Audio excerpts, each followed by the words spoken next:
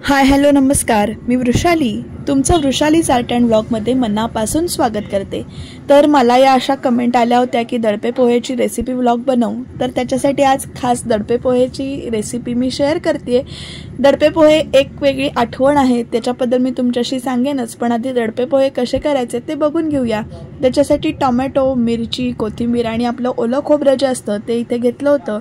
त्याच्यानंतर हे पोहे घेतले होते। हे जे पोहे आहेत ते कच्च्या चिवड्याचे पोहे म्हणजे पातळ पोहे आहेत। आपल्याला लागेल तेवढे तिथे पोहे आधी मी काढून घेतले।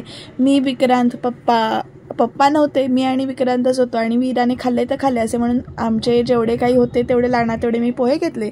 त्याच्यामध्ये हा चिरलेला टोमॅटो, खोबरं जेवढं लागणार आहे तेवढं, मी खोबरं जास्त किसलं होतं पण त्यातलं थोडंसं लागणार आहे तेवढं खोबरं आणि कोथिंबीर ह्याच्यामध्ये घातली होती। त्याच्यानंतर या पोह्यांमध्ये मेथकूट घातलं होतं। तुमच्याकडे असेल तर तुम्ही घालू शकता, नाही तर नसेल तरी चालू शकतं, नाही घातलं तरी। मेथकूट, हळद, मीठ, साखर थोडीशी असं या सगळ्या पोह्यांमध्ये घालून ठेवलं आणि मग त्याच्यानंतर इकडे जिरं मोहरीची फोडणी केली आणि ती फोडणी इथे वरून घातली होती या पोह्यांवर। तर अशा पद्धतीने हे पोहे झटपट तयार होतात। सगळं व्यवस्थित मिक्स करून घ्यायचं। या फोडणीमध्ये जर तुमच्याकडे मिरचीचं लोणचं असेल ते जर तुम्ही टाकलं तर त्याची चवसुद्धा इथे वेगळी येते। कांदा कच्चा पण घातला तर चालू शकतो, पण कांदा कच्चा तोंडाला चावायला वेगळाच चव लागते, त्यामुळे मी शक्यतो कच्चा कांदा ह्याच्यात घालत नाही, टोमॅटोच तेवढा घालते। आणि दडपे पोह्यांची आठवण जी काही म्हणाल ती अशी आहे की शाळेत असताना मी दडपे पोहे करून घ्यायचे। चौथीपासून साधारण काहीतरी दडपे पोहे आई मला करून द्यायची आणि ते सगळ्यांना प्रचंड आवडायचे। शिक्षकांना सुद्धा इथे प्रचंड पोहे आवडायचे। मैत्रिणींनी नुसती फरमाईश करायची फुरसत असायची की आईनं दडपे पोहे मला करून दिलेच। तर अशा पद्धतीनं शिक्षक दिनाला, शाळेमध्ये, हादग्याला किंवा काही असेल एखाद्या शनिवारी डबा म्हणून तर असं दडपे पोहे आई मला करून द्यायची, त्यामुळे सगळ्यांनाच इथे आवडायचे। आणि तशाच दोन माझ्या मैत्रिणींनी इथे दडपे पोह्याचा व्लॉग मागितला होता, रेसिपी व्लॉग मागितला होता, तर तो हा मी शूट केलाय। तुम्ही सुद्धा हे दडपे पोहे करून बघा आणि कसे वाटले ते नक्की कमेंटमध्ये सांगा। सकाळच्या वेळी किंवा संध्याकाळच्या वेळी छोटीशी भूक असेल त्यावेळी हे दडपे पोहे पटकन होऊन जातात। ह्याच्यामध्ये तुम्ही नारळाचं पाणी सुद्धा वरून शिंपडू शकता, म्हणजे जरासा ओलसरपणा येईल, पण खोबरं ओलं असतं, टोमॅटोला पण पाणी सुटतं, त्यामुळं वेगळं पाणी घालायची गरज नाही, त्यामुळे कदाचित ते गिजगिजीत होऊ शकतात जास्त पाणी पडलं तर। पण अगदीच पोहे जर म्हणजे असे राठ असतील किंवा कडक असतील तर मात्र पाण्याचा असा हापका एखाद दुसरा मारला तर चालू शकतो।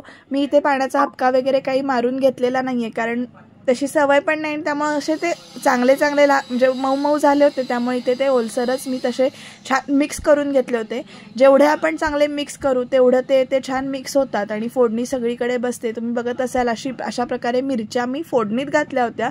या कच्च्या टाकल्या तर त्याची चव लागणार नाही, तिखटपणा येणार नाही। कढीपत्ता माझ्याकडे नव्हता, तुमच्याकडे जर कढीपत्ता असेल तर तुम्ही तो फोडणीत घालू शकता।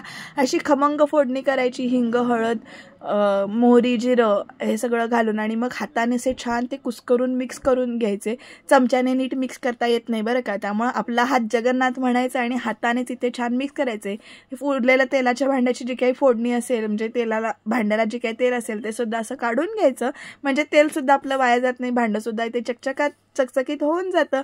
तर अशा प्रकारे हे पोहे साधे सोपे आहेत करायला, तुम्ही करा आणि प्लीज मला कमेंट करून सांगा तुम्ही पोहे केलेत का आणि ते कसे झाले होते।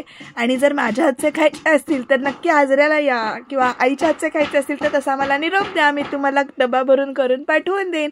पण पाठवून देण्यापेक्षा तुम्ही इथेच या आणि नक्की पोहे खा, मी काय खायला करून घालीन तुम्हाला।